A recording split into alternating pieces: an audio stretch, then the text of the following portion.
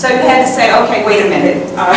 This is something that we have to, you know, make sure that we're right about. But just by looking at some of the names and looking at the names in the 1930s census, you were able to say, well, yeah, that's the same person. Now they're saying they're coming from the Azores, or now they're saying they're coming from Portugal. In terms of occupation, which was another interesting thing in terms of demographics, I was very interested in the fact that although you would say that the number of farmers went down very little, the percentage of farmers in terms of the total population went down a lot. But it depends on whether you also counted gardeners, florists, and people of that nature. Because those were here primarily as a support to the summer people, but they were still people who worked with the land.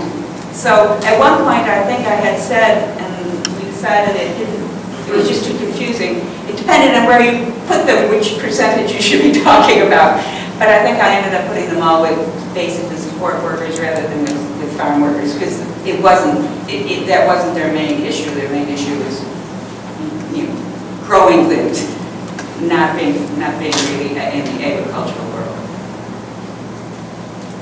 Anything else? I mean, that was a nice short answer, wasn't it? I assume. How soon will you be ready to start the book on the definitive book on sports? Soon would be much better, have a much better I mean, one of the ways this book was talked about at the beginning, it didn't last long, but I did the book Jamestown Affairs, which was based on articles in the Jamestown Press up until 1996, and I've done those with Patrick Hodgkin. He died, and then I wrote articles with lots of other people. And we did cover sports. Fishing was like a 3-part article, so that is available. And baseball, and billiards, and so I think we'll let that one go. It really was sort of a surprise to us when we went through it at the time, when we were thinking what we had left out, and that sports was one of them. Yes. I'm sorry, I came in a bit late, so you may have already covered this, but where will the data be available that you've collected on various things in terms of making the collections available? Will it be through the Historical Society or at the library? Or? It will be through the Historical Society right now. I mean, some of it, I mean, the book obviously will be available wherever you can buy it. But in terms of the, for instance, what Sue was talking about, the collection of years in review, that would be available through the Historical Society, and probably not online in any great detail at the moment. We do have a website, JamestownHistoryReview.7.27.10.Clip4, where you can go and look at the collection, look at what we have in our collection, including photographs, copies of many of our photographs. And that will be there in the sense that it will be listed as being an asset. But you wouldn't be able to go out there and read it. You'd have to come and say, may I? But that's okay. We greatly appreciate may I's. And we have a vault in the town hall that is manned on Tuesday and Thursday mornings. Okay, Sue, I manned. Persons. I said manned.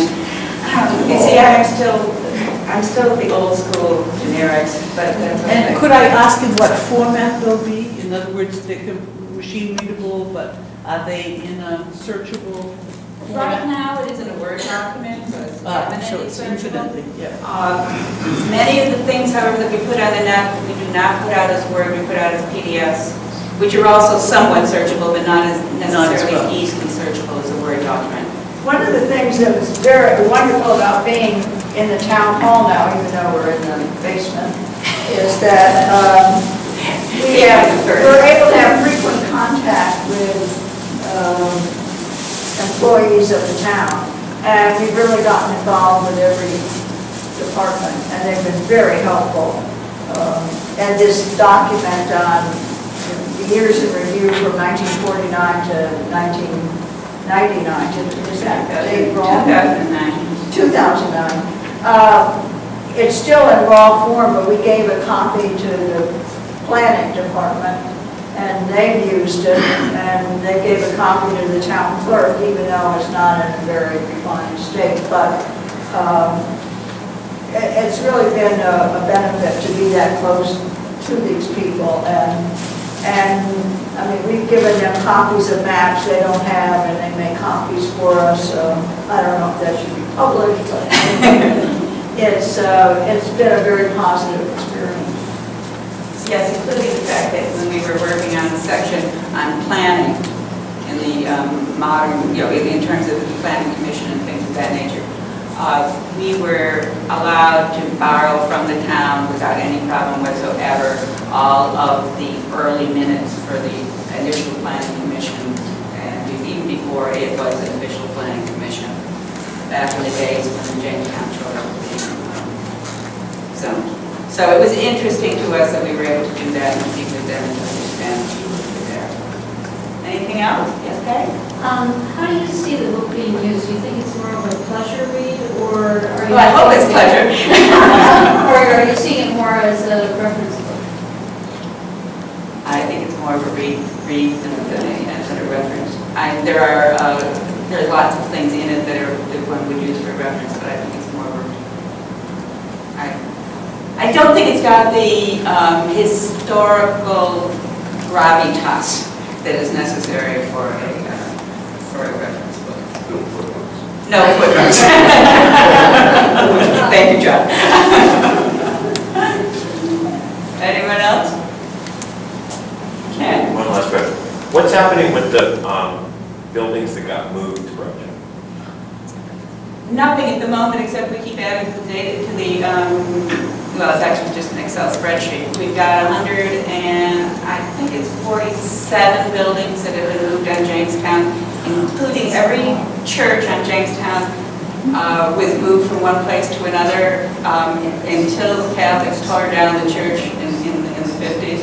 All the other churches were moved, changed into another kind of church, changed into a house, made into a meeting hall. There was no church building was ever destroyed until the wooden churches really had to be taken down because of, or they were too big to be just used for homes, and they had to be taken down because they could no longer be used for that kind of meeting, because they were wooden.